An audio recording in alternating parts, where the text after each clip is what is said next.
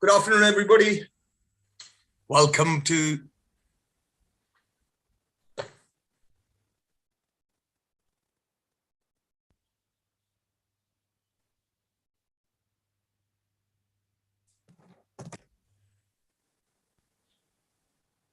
I'm waiting for the signal here.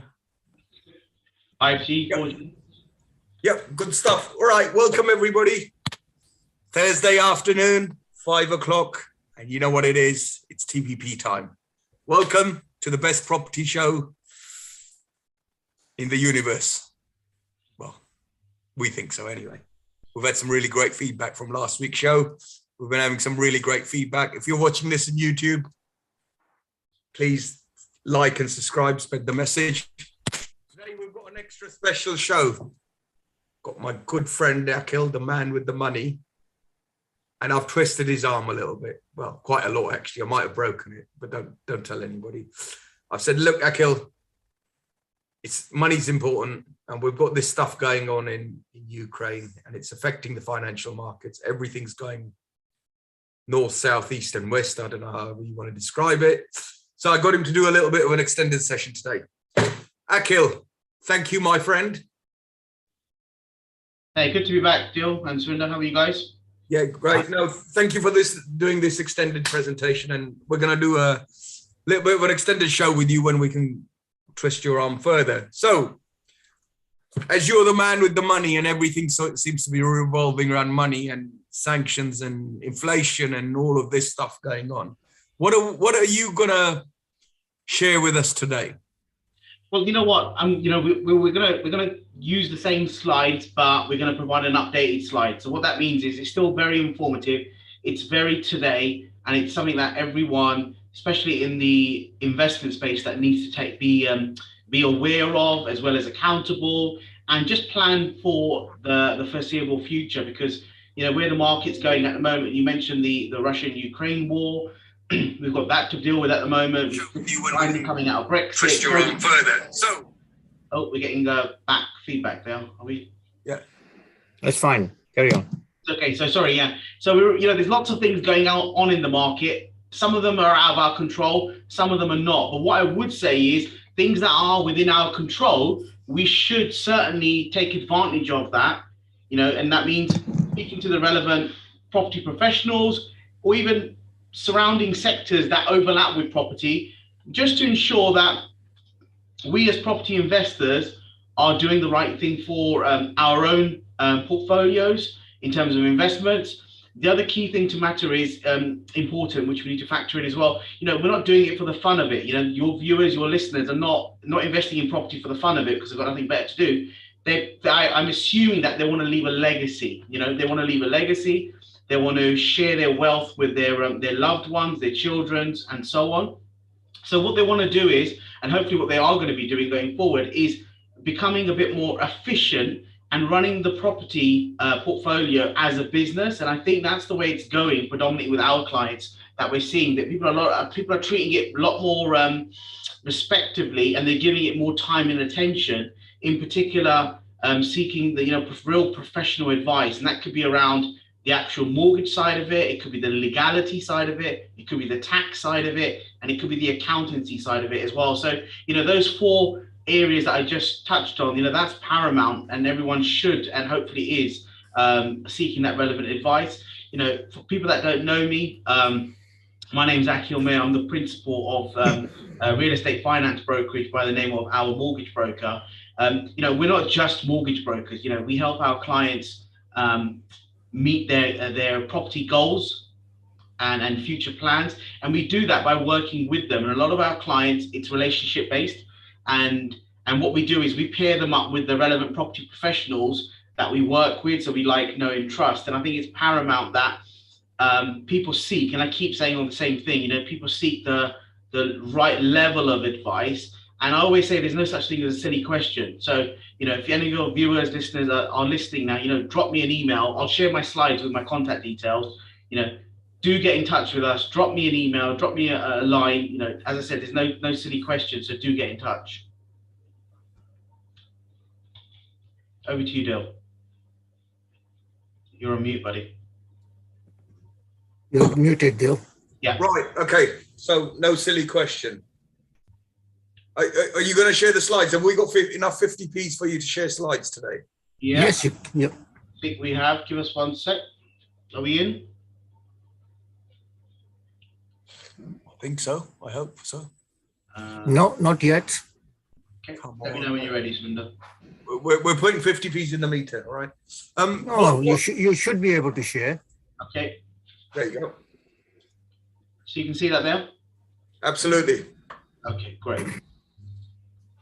So, perfect. So as I said, I am the principal of the mortgage and insurance brokerage by the name of Our Mortgage Broker. We are based in Berkshire, in particular Bracknell in Berkshire. We're a team of 8 specialist and experienced mortgage and insurance brokers here in London and the Southeast. Our advisors are dotted around the country, so you may contact us by telephone, email, or in person in our offices here in Berkshire. We're happy to meet you in person as well as remotely. As I do each and every week, I start off with providing you with a housing market update. What can I say? Savills released a great research document last week, and I want to share that with you. And what they mentioned was last week, HMRC released a provisional estimate that there were just over 85,000 housing transactions in January. Though this figure is 13% below levels seen in 2021, it still remained higher than it was in 2017 to 2019. So, yes, we saw exceptional high levels of transaction in 2021 simply because of the incentives that Rishi Sunak and his team developed around stamp duty incentives. But the market is still very, very resilient, I would say. The market is extremely resilient. Lenders are extremely flexible in terms of their criteria, their loan to values. And I keep saying it each and every week, and I say it to our clients on a daily basis, today is the cheapest day to buy a home, in my true opinion, because I can only see property prices going only one way. Now, a lot of people might counter that, or may want to have a gentle argument with me around, are we going to see a double-digit growth in house prices? And I don't think we will see a double-digit growth in house prices. And I simply say that just simply because the incentives are not there. Last year, there was, on average 20 or 30 viewings per property listing. I think we can be at that level, certainly, but the problem is there's just not enough properties available for sale on the market. So we've got to be conscious of that. But the beauty is it certainly is a buyer's market, I would certainly say. But better still, if you are a seller, just be conscious that, those peak prices might be tailing off a tad, and you might not be able to get the double-digit growth or the values that you estimate for your properties if you're selling them in particular. Similarly, money and credit statistics from the Bank of England show that mortgage approvals in the same month were 13% above the pre-pandemic normal. Though some were way below levels, we saw that at the beginning of last year. So it's a good position to be in. And as mortgage brokers, we help various clients with mortgages, whether they are first-time buyers, home movers, buy-to-let landlords, or commercial investors in real estate, and in particular retail property through permitted development. So we are certainly still seeing a huge growth market in terms of acquisitions for residential and commercial properties. But the key here is when you're trying to buy these properties, is buying them. It's very simple. I'm not trying to teach you how to suck eggs, but buy low, find ways of adding value to it in the most efficient way possible, I should say, and then look to refinance it and take your money out in order for you to go again and buy another property and repeat that going forward.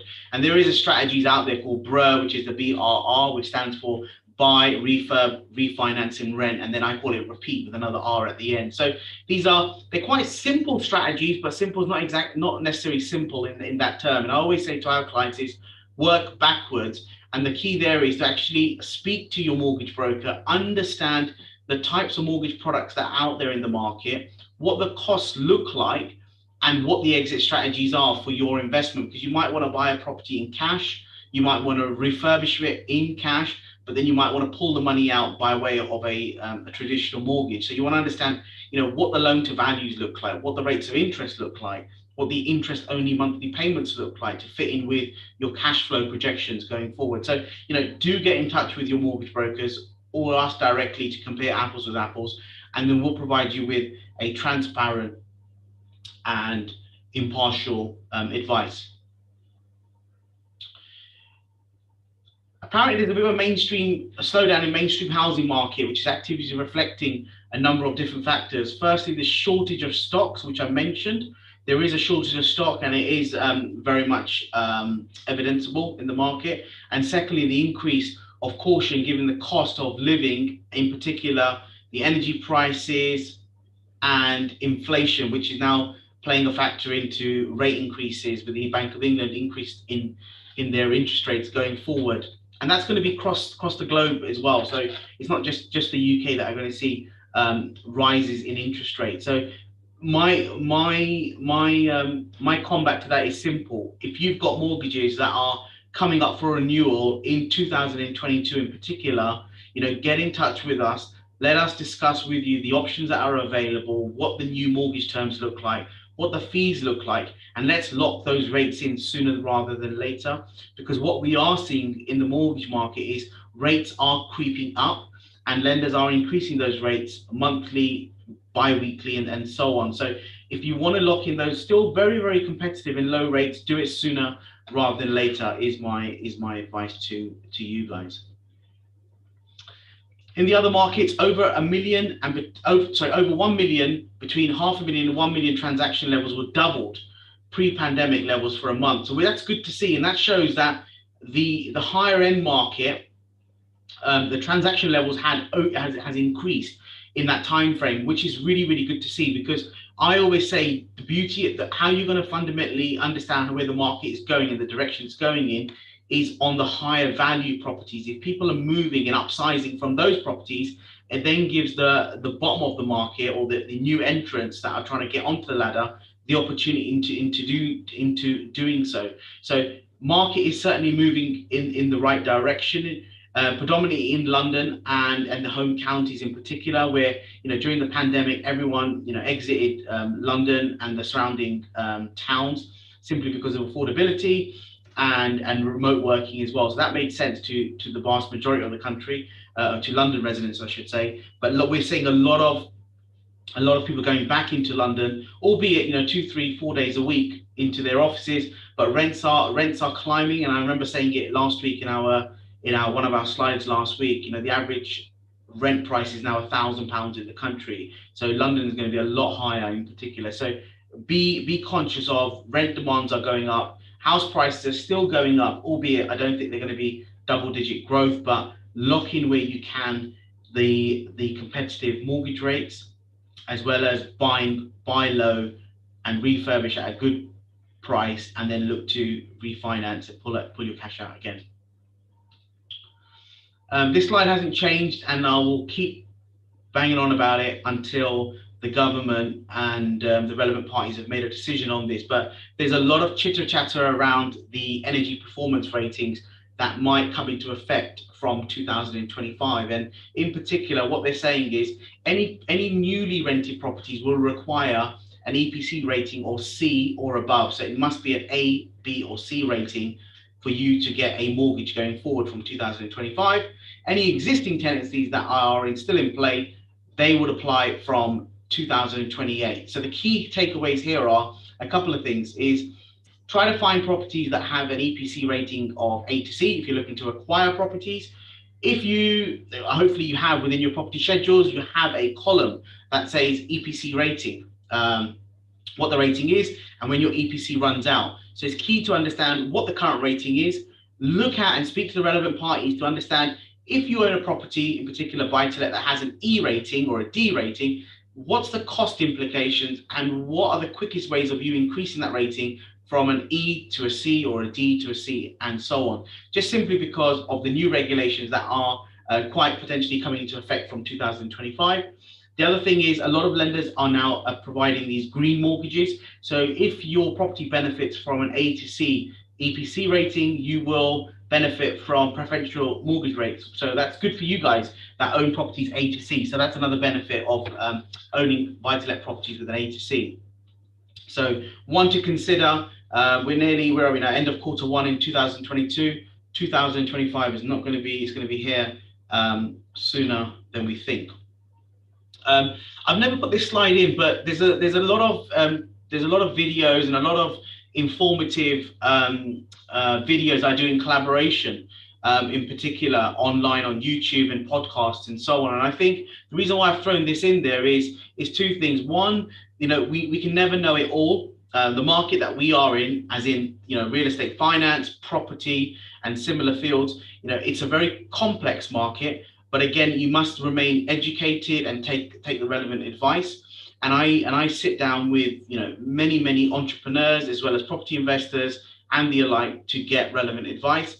These are just two videos that I've done very recently with individuals. The one on the left is a video around will rising interest rates kill buy-to-let.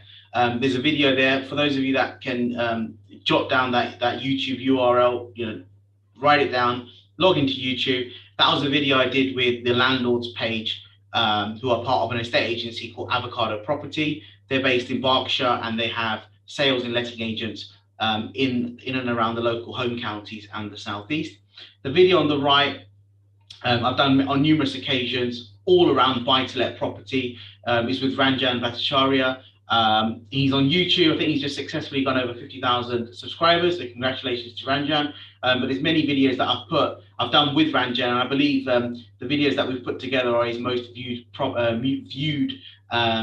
videos on YouTube. So that's really good news. But more importantly, it's the information that comes out of it. So for those of your viewers and listeners that are avid YouTubers or podcast listeners, these are two videos that I'd recommend, and no doubt there'll be videos on the back of those that you can tap into to take up the relevant advice. Sorry, excuse me. So this slide here is about the mortgage rates in the market. It gets updated each and every week just to give you a flavour of what the rates look like here in the UK market. The first one there is the HMO buy-to-let rates in the limited company structure. Rates are starting from 2.49, which are still very low. And for those of you that have got an avid memory, only 12 months ago, those rates actually started with a 3 rather than a 2. So it's good to know from a limited company perspective, for those investors that are looking to purchase in a limited company or refinance in a limited company, rates start from 2.49.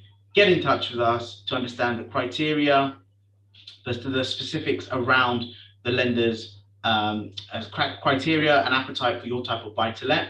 If you're still looking to buy properties in your personal name as a buy-to-let, rates start from 1.19, which is still phenomenally low. 1.19, they're starting from for a 2-year fixed in your personal name. And sorry, I should have said the first one was the HMO range rather than the limited company rate. So HMO limited company rates start from 2.49, and limited company rates for buy-to-let start from 2.49 as well. Main resident mortgage rates. Now, I'm finding the specialist market, in particular the limited company rate, those rates are coming down, and then the reason for that is because they're funded in various other ways compared to traditional lenders, where they have shareholder funds and they have to adopt the changes in the Bank of England rates. What we are finding is in the residential space, i.e. your home mortgages, rates are creeping up. So to give you an indication, the 60% loan to value rates were below 1% as little as 6 months ago. That's now crept up to 1.25, which still, in the grand scheme of things, is it's virtually it's very good, a very good rate, I should say, for only borrowing up to 60%. But it goes to say, and you should be conscious of this, the rates are creeping up, predominantly in the residential space rather than the buy-to-let that we're finding. But you must get in touch with us so we can provide you with a thorough and definitive rates across your portfolio. And we also provide a free consultation. We review your portfolio with no charges whatsoever, no obligation, just to ensure that you're on the right mortgage, you're on the right terms, and you're doing the right thing by your portfolio. And if we can add any value, we'll certainly do so. So do get in touch with us for more information. The website is ourmortgagebroker.co.uk. The last slide is here. I always like to leave you guys with a quote, and this quote goes something like this: success usually comes to those who are too busy looking for it. So it's something to think about. Success usually comes to those who are too busy to be looking for it. So please, please, please be mindful of using your time, using your attention in the right places. It's a big old world out there. Don't be frightened to get in touch with the people that might be able to add value to you, to your portfolios, to understand your goals and strengths. As I said at the beginning of the call, no question is a silly question. If I don't have the answer, and I don't have all the answers, but I can certainly refer you to people and companies that I believe should have the answer to provide you with a definitive. My contact details are on your screen, to the telephone, email, and website. Please join us across our social media channels. We've got a huge following on LinkedIn and Instagram in particular. I think we're only about 200 subscribers on YouTube, but if you feel free to join us on YouTube, where I think we've got about 20 or 30 videos on there, all around property, and we've got property professionals on there providing insight on how to better your investment journey. For those of you that are furthermore tech savvy, if you take a screenshot, capture it via camera, the QR code on the right, that'll take you to a home buyer app where you can download the home buyer app, fill in a few questions, and we'll do our best to support you in your property inquiry and hopefully find you a relevant mortgage. Over to you, Dil and Surinder. Right. Very good. Thank you very much. Interesting presentation. I love the BRRR. How many R's did you put in there? I forgot. 4. The more the better. The more the better. That's the key there. You want the more the better, to be honest. Yeah, you might as well call it the R alphabet than starting with a B. Surinder, you got any questions? I'm going to come to you in a minute. I thought I'll let you have a go first before I get carried away. No, you carry on. I'm working on the questions at the moment. All right, you're coming up with the questions. So go through the BRRR model again for us, please. Perfect. Okay, so there's various ways of people that can acquire properties. You can either buy property using your own cash, so you don't need to speak to any banks and lenders. The other way of buying property is through joint venturing people. So you might joint venture with someone that's cash rich but time poor, or cash rich and not so experienced in investing in property. Or you might want to buy property via a traditional, either a mortgage or a loan. So where we would get involved in that space is providing clients with either a bridging loan to acquire the property or a traditional mortgage. Now, depending on what the strategy is, i.e. the type of work that's involved in the refurb, what the exit strategy looks like, and we always like to work back to front. So we like to know what the end goal is and then provide the clients with the relevant advice and options. So let's assume the property is not mortgageable and it's not habitable in its current condition. That simply means we can't provide them with a traditional mortgage because it's not mortgageable and habitable. But what we can do is provide them with a bridging loan to acquire the property.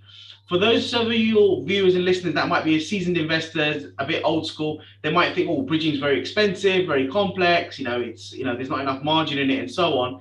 That might have been true about 10, 15 years ago. What I would say is don't discount bridging loans too soon, because it's a great tool to have in your toolbox, simply because if you have no cash, you don't have a JV partner, it's not mortgageable, and it's a great property, you simply have only one route to that property, and that's a bridging loan to acquire that property. Now, bridging loans, as I said, they used to be quite pricey back in the day, but the rates have come down phenomenally low now in terms of starting from 0.5 per month onwards. So it's 6% per annum as a base rate. And the beauty about bridging loans are, they're not like a Halifax mortgage where it's 1.99 with £1,000 fee, take it or leave it. Bridging loans are tailored to the deal itself. Type of deal, type of loan size, type of area, type of property, to give you a feel for that. So you'd buy the property on a bridging loan. You will then seek funds, use your own funds or through refurbishment finance, look to refurb that property to bring the property to a mortgageable, habitable, street valued type of property for you then to refinance onto a buy-to-let mortgage. So in essence, you're buying the property on a bridging loan. You're going to add value to the property, convert the property or refurb the property, depending on what level of work needs to be done. You're then going to refinance that property at the new market value in order for you to pull out as much cash as possible. Ideally, all the money you pumped in to do the refurb, plus any additional amount, and then refinancing at the market value in today's market value. And then the other R is then rent the property out to, a single person, single family, and the alike. And then you want to repeat that, because what you want to do, if you want to scale in property, you want to repeat that and keep going again, again and again, just simply because that's the most quickest and efficient way of scaling in property. Now, it's not necessarily every deal is not a deal, first and foremost. So you've got to do the numbers, you've got to number crunch, you've got to be conscious of labor costs are going up, material costs are going up. If you're looking to buy a property and you've got to seek planning, how long is that planning going to take you? And then take into account what the costs are going to look like in terms of labor and materials in 6 or 12 months once you've obtained planning. So that's what you've got to be conscious of. That's the bridging route in the BRRRR strategy. The other way of acquiring property, let's assume that it is mortgageable and habitable, is traditional mortgage, But what you might want to do is apply for a buy-to-let mortgage that doesn't have any early repayment charges. And that's the beauty of that product. That product means that you can get a mortgage, 1, 2, 3, 4% rates rather than the 6+ rates. You buy it on a mortgage, you still do the refurbishment, the conversion, it's traditionally a light refurb, because you can't structurally change a property if you have a traditional mortgage. So it's more for the light refurb. Then once that's done, then you refinance that property at the new market value onto a new buy-to-let. And the beauty there is, because you have no early repayment charges with your initial mortgage, you can refinance, exit that lender onto a new lender at the new market value without paying any penalties. So there's various ways of using the BRRRR strategy: bridging loan, buying it in cash, or a traditional mortgage. The refurbishment, the refinance, the renting it out, and then the repeat, it stays the same. It's just the initial purchase, the B, how are you buying it? So for your viewers and listeners, buying it in cash, buying it on a bridging loan, or buying it through a mortgage, they're usually the three ways of getting into a BRRRR strategy. You're on mute, Dil. Right. On that, can I come in on that? Yeah, sure. The second one you said was traditional buying and refinancing after a refurb. Is that 6-month rule still apply? Okay, so there are various lenders out there that allow you to refinance on day one, i.e. buy it on a Monday, refinance it on a Tuesday. There are various lenders. If you can demonstrate you've added value to that property by way of before and after pictures, invoices, bill payments, and so on, they can then refinance you at the market value. So if you've added value through it by purchasing it on a bridging loan, or added value on it via by acquiring it through a mortgage, certainly you can refinance it as quick as the next day, the next week, the next month, not a problem at all. I will put a caveat to that. Remember, it's not necessarily one fits all. You've got to meet the other lender's criteria. So you might need to be a homeowner. You might need to be an existing landlord. You might need to have a certain level of income. So these little nuances and caveats, we will then deeper dive into with the client in particular. Mm-hmm. Thanks. Dil? Yeah, sure. On the bridging loan element, yeah, is what's the loan to value on that? Okay, so on a bridging loan, there are various lenders that can go up to 80, even 85% loan to value. Now, as I said earlier, bridging loans, the deal itself is very specific to the deal, the acquisition, the security itself. But traditionally, bridging loan, 75% will be the gross loan of the purchase price. Then you deduct off the arrangement fee, which is typically 2%. You then deduct off the interest costs for borrowing for the term, say for 12 months. That then gives you a net loan that the client usually gets. So say you're acquiring a property for 100,000, the gross loan would be 75,000 for this example. You minus the arrangement fee of 2%, so 2% of 75,000, minus the interest cost for a 12-month, for example, period. That will then be the net loan to the client. The only additional fees to the client will be the legal fees and the valuation that will occur during the application process. So it's 75% gross typically, and then that will net down to, it could be 70%, 72%, depending on the deal and the numbers itself. Okay, and you say 12 months. Does that mean you're committed for 12 months, or is that just a... No, good question. No, you can be committed as little as 1 day, 1 month, 3 months, 12 months. Traditionally, with most mainstream bridging lenders, you're tied in for 1 month only. Some will say you're tied in for 3 months, but we will find the right lender that suits you. So if you're doing a light refurb and you say, Aki, it's going to take me a month to do it, what we will do is apply for a 3-month term just to keep you on the safe side, so we don't have to pay extension fees or anything like that. And then you'll be refunded because the interest is retained on day one, I should have said. So you pay the interest up front. You don't need to service the loan each month like a traditional mortgage, because you've paid the interest cost, say, for example, in that example, 3 months in advance. If you repay on day 32, you've gone over the month, which is the minimum early repayment charge, they will then refund you the pro rata that remains of the interest. So just shy of 2 months in that example. So you're not really losing out?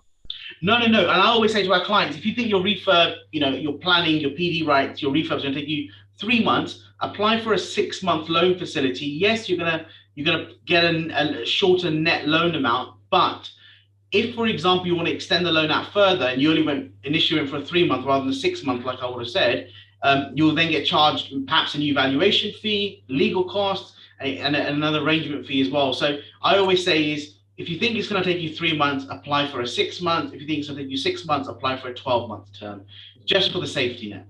Yeah.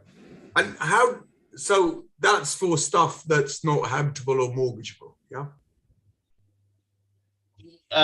For a bridging loan, yes. Yeah. But again, even if it is mortgageable and habitable, people still apply for a bridging loan, because you can still apply for a bridging loan whether it's habitable or not habitable, or not mortgageable or is mortgageable, because sometimes you're up against speed, you're up against competition, or you're buying in auction conditions where it's 28 days or 58 days to complete and so on. So, bridging is a great tool to have in your toolbox. And as I said earlier, don't discount it too early, because it might be the only option for you to acquire, that great property on that great street where you're going to pay an extra 3% on the interest, but the uplift in value is going to be so much more than it makes sense to do it either way. Okay, and how quick can you arrange bridging? So traditionally, bridging can be arranged in as little as 14 days, typically. In 14 days typically, I would say, but we've got to have everyone on the same page. So we've got to have the clients that are willing to work with us, provide us with the relevant documentation that we need. We've got to have solicitors on board. We need to have the right solicitors, and it's pivotal. If you're looking at taking out a bridging loan, please make sure you use a reputable conveyancer that understands bridging conveyancing, because bridging conveyancing and traditional mortgage conveyancing is 2 different things. So if your viewers, your listeners, anybody else listening out there, has traditionally worked with a local law firm that does residential conveyancing, just be conscious that, ask them, have they got experience in bridging loans? If not, we're happy to provide them with 2 or 3 law firms that understand bridging, so the client can then compare the services, fees, and everything else surrounded with it. Okie dokie. And where you go, how does that compare to a mortgage with no redemption penalties? What's the official term for that? So yeah, there's no redemption penalty. That's you can use that term, or the ERC, which is an early repayment charge. So typically with a bridging lender, they have a 1 month or a 3 month tie-in, i.e. if you repay within that time, you'll get penalized. If you repay after that term, you don't get penalized. Likewise with a mortgage, if we take out a 2-year fixed mortgage with, let's pick on Halifax again, if you refinance or repay the loan within the 2-year frame, you'll pay 1, 2, 3 or 4% of the loan amount, whatever they've stipulated in the contract. So be conscious of how quick you need the funds. Is it a bridge? Is it a mortgage? How long the work's going to take you? Take into account the term of the loan that's required.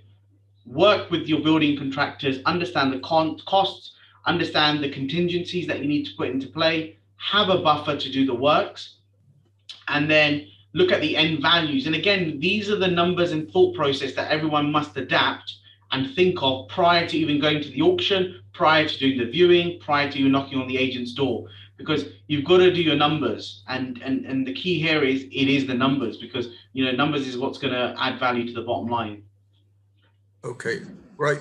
Surinder, any questions? Yeah, I have a scenario where purchasing a house or is been used as a B&B with some land which has fishing lakes. It's on 2 titles, but it's being sold as one. The idea is to buy it and then split the 2 titles, where we don't need to split them, but to resell them to limited companies for 2 different purchases. Okay, so is the fishing lakes are on a site with a residential property as well? Yes, but they're on a separate title. They're 2 different titles. Okay, perfect. So there's two ways of this play. We can find is this for a buy-to-let, for example, or is this main residence? No, it won't be main residence, because it is at the moment being operated by a couple who live there and run the B&B. Yeah. Okay. So if the new buyer wants to carry that over, just change of ownership, that'll certainly be something for a commercial lender to look at, just simply because there is a B&B on the site. That won't be a traditional high street lender, because they haven't got the appetite for a bed and breakfast. So the key here is to understand the site itself. What does the site compromise of? So it's a main dwelling, there's a B&B, and there's 2 fishing lakes, for example. There's 2 fishing lakes on one title. Yeah. And the other title has 1 house, which is the residence and B&B as one. Right. Okay, fine. I'm with you. Now, what will happen here? A traditional mortgage lender won't be keen on taking on that security as is. So the play here would be quite simple, would be either buying the property in cash and splitting the titles accordingly. The lakes have 1 title, the B&B has 1 title, and then the single dwelling has 1 title. And then you look to refinance the individual elements, because the problem here is, if the person that wants to buy this property wants to reside on that site as well, they will certainly have a problem, because there is a conflict with the bed and breakfast as a commercial unit being on the same site. So you didn't understand. The bed and breakfast and the residence is integrated into one building. Yeah, that's what the problem is. That's what I'm saying. That's what the problem is. That will need to be siphoned and separated to show that it's 2 separate businesses. If they don't want to do that, then they are two different businesses on 2 different titles. Oh, okay. So if it's 2 different titles, 2 separate businesses, there's no overlap, there's no there's no sharing of pathways. Everyone can, the business can be run independently. The homeowners can live there and have fun, do their day-to-day activities. You won't have a problem, but it'll be a residential mortgage. We can look at the high street for you in that circumstances. And then for the bed and breakfast and for the lakes, that would be a commercial lender that will understand that sort of arena. And then the key there is to understand, has the new owner got experience of running a bed and breakfast, for example, or if the bed and breakfast is already run by a separate management company, are they going to continue doing so? Okay. So that's what the commercial lender will ask for. And then in terms of the loan size of the bed and breakfast, they'll want to deep dive into the strength of the accounts, how long it's been running for, the occupancy rate, and other income streams that the bed and breakfast brings in. And then likewise with the fishing lakes as well, what are the charges, what the accounts look like. Okay, so if somebody wanted to convert the house, which is a bed and breakfast come residential, into just a residential and buy it as a residential? It's certainly doable. You're just going to be conscious of the planning class. You're just going to be conscious of that piece. I'll certainly recommend speaking to a planning consultant to understand, can the B&B simply be converted back to a main residence? That's what it was before. It was. So if it was before, I don't think you'll have a problem. Dill might know a bit more than I do around that piece, but I would certainly recommend speaking to a planning consultant just to understand. Okay, now the other side, the lakes. Yeah. They don't need any running. You just need a person there to take the money for the fishermen to come and fish. How would that be valued? It's got a potential income of £50,000 a year. Yeah. So because there is no dwelling on site, it's a very specialist sector. It's just they may just class it as land. Right. Your income coming through. So we might be able to find a lender out there that can lend on a fishing lake that is producing income for many, many years, and we can document that through the accounts. There might be a lender out there that can lend on that as a business because it is income producing. So the key there is how long it's been running for, how strong are the accounts, what the income is bringing in, and what's the land valued as a vacant land without any dwelling on site. Right. There's hardly any land there. It's all two big lakes. Yeah. So maybe, well, there is still a land value, but again, it's not one for me to answer, but I'm sure there's some value to it. Surinder, okay, sure. Thanks. I mean, look, when are we getting our planning consultant next on? Yeah. Which planning consent are you working for? No, the one is it Linda, the headmistress? She'll be on sometime in April. In April. Well, A, why don't we ask her? And B, I've got a better idea. Why don't you turn the B&B into a fish and chip shop? You've got the fish there. It's nothing like fresh fish. I'm sorry, that fish is not edible. The fishermen will go there, fish for sport. Hang on. I think I've got a sound bite here. It's going to be amazing. Watch this one. So you're telling me, you listen carefully. I think I've got something coming here, right? So you're telling me that there's a piece of land with a lake that's got fish in it. People come there, pay you money to catch the fish, but don't eat the damn fish. Yes, absolutely true. Have fishing clubs come there for competitions as to who can catch the most in a day. Akhil, have you heard of anything like this before? No, I enjoy eating fish, and I'm not sure about catching them and throwing them. I mean, exactly. No, what else is supposed to do with fish? Come on. But look, mate, this is a property program, not a comedy program. Come on. I know we have a laugh, but... Dale, where do you live? Which country do you live in? I live in the UK. Well, right. Officially. You go and talk to any angler or fisherman, and they will tell you why they do fishing. Maybe that's why I don't do fishing. Because you're in the wrong culture.